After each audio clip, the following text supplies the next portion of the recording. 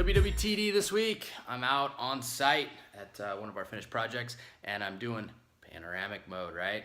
Not this way. I'm doing this way. I got a little selfie stick thing that Dan let me, so I can hold the phone sideways a lot easier. It's hard to hold the phone sideways if you're just holding the phone, otherwise, you know, because you got the thumb thing. So anyway, panoramic, you got it. You guys asked for it, you got it. But this week's show, I want to talk about design. As you can see here, I'm at our townhome project. One of the units is sold, the other one's pending. You can see the outside shot here. And as you guys can see, I'm actually in the master bedroom right now. There's the closet, there's the barn door, there's the master bath with the big shower in there as well. Design is a big, big thing, and it's something that we put a lot of effort and time into with our projects because we're trying to build a brand that is recognized, that has a lot of brand equity in the Portland market. So when people see that we're doing a project and they want to be in the know as far as when it's available, there's a lot of demand for that. There's a lot of people that want our stuff as soon as we're done with it. And so that's one of the reasons why we put a lot of effort in design. Number two is we build in higher price points. You know, these are approximately $800,000 townhomes, pretty high dollar. For some markets, that's ridiculously high dollar.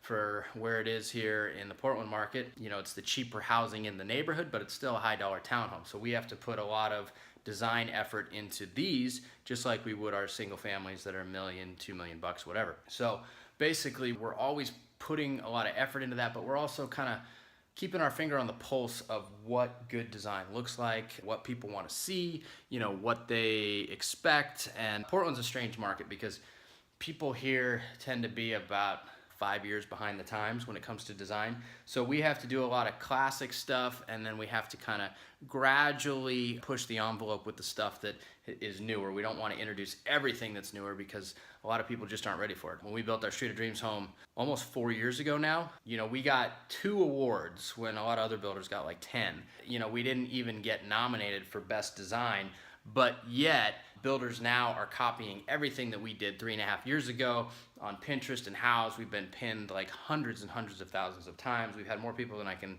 ever count reach out to us. We've had more write-ups in magazines and everything else. And so I'm not saying that because I'm pissed, but just to make a point that the people that judged the design back 4 years ago really didn't know what they were looking at. Either that or they're judging design based on what they're comfortable with and not what is now in vogue, so to speak. Anyway, you gotta keep that in mind. So what we do is we push the envelope in some areas, we pull back in others and give people more of a classic look. But either way, we put a lot of thought into our design. And so if you wanna build a brand, if you wanna go up market in terms of the price point of houses that you're doing or projects, you really need to put some thought into design, or you need to get somebody on your team that does. I'm not the best designer in the world, so that's why I have somebody on my team that does a lot of that, and I just kind of stay in my lane. I let them stay in theirs. You know, I've got a pretty good eye for it now because we've been doing it for years, but at the same time, you know, it's not my best skill set, so I understand that, so I bring somebody in who that is their best skill set,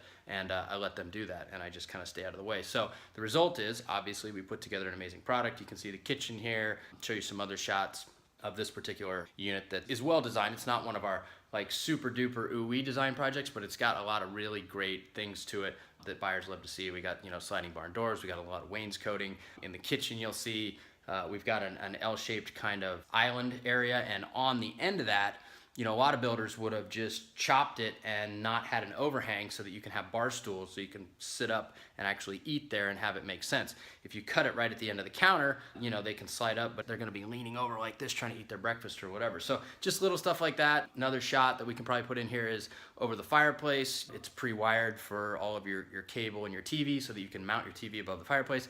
Nothing I hate more than rehabbers and builders that have like a fireplace in the center of a living area, and that's the focal point, and then they have like a little built-in to the left or to the right of it, and they expect you to put your TV down next to the ground in this little built-in. Hate that. It's like, what are you doing? Everybody has a flat screen these days. They're cheap, and it's cheap to wire it and set it up so that they can mount the flat screen above the fireplace. That way it's the focal point. So a lot of stuff that we do that we think about for design to really help build our brand. I really strongly suggest you guys do it as well, because as the market starts to slow and people start thinking with their head and not so much with their emotions, they're going to start to recognize a lot of these things, and it's going to factor in a lot more to the purchases that they decide to make. Now, obviously it factors in now as well, but as the market cools, it kind of it exposes those that are swimming naked, right? When the tide goes out, it shows, you can see who's swimming naked. And there's a lot of people right now that are in this game that are, in my opinion, swimming naked because they really have no idea what they're doing. They're putting out a marginal product at best, but the market is scooping it up because of inventory levels and whatnot. So as time goes on, we'll see who can sustain and who can't, but it's always a good practice to get your design game on, and especially as you're going up in price point and you're working on houses that people recognize that stuff and they value it. You know, they do obviously in the higher price point much more so than in the lower stuff. So anyway, that's this week's WWTD. As I always say, I may not walk on water, but I'm here walking on my own job site this week. See you guys next week.